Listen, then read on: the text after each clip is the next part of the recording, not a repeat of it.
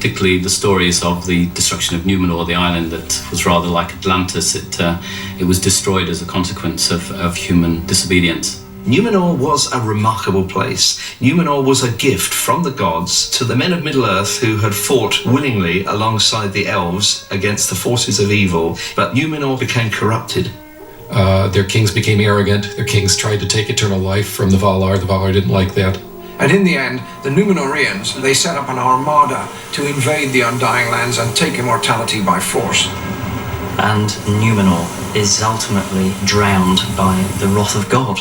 Only the faithful, those who had remained true, were rescued and saved. Isildur, who is mentioned several times, and his father Elendil were among those survivors. And they came and they set up the kingdoms of Gondor in the south and Arnor in the north. And it was from those people that Aragorn was descended, people who had already demonstrated that they had within them the power to be corrupted, to be flawed.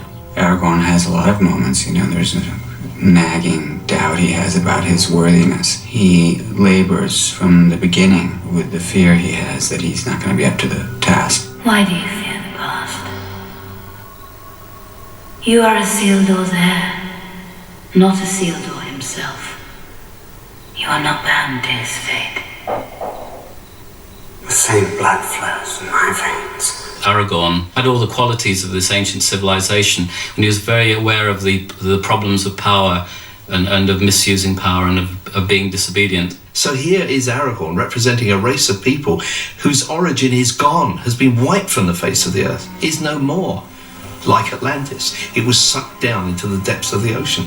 Now, the concept of being overwhelmed by the sea is placed in the book because of something that was very personal to Tolkien. From childhood, Tolkien recalled having a terrible nightmare, a recurrent dream of a great wave coming in over green fields, engulfing the land. Now, in The Lord of the Rings, he actually gives this to Faramir. And Faramir is said to have this recurrent dream.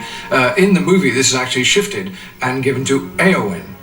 I dreamed I saw a great wave, climbing over green lands and above the hills.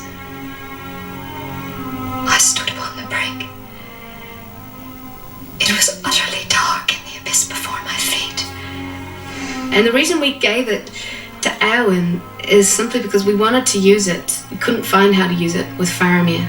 It's one of the examples of something that would have just stayed in the book and would never have seen the light of day, and was an incredibly important piece of personal information, I believe, from Professor Tolkien.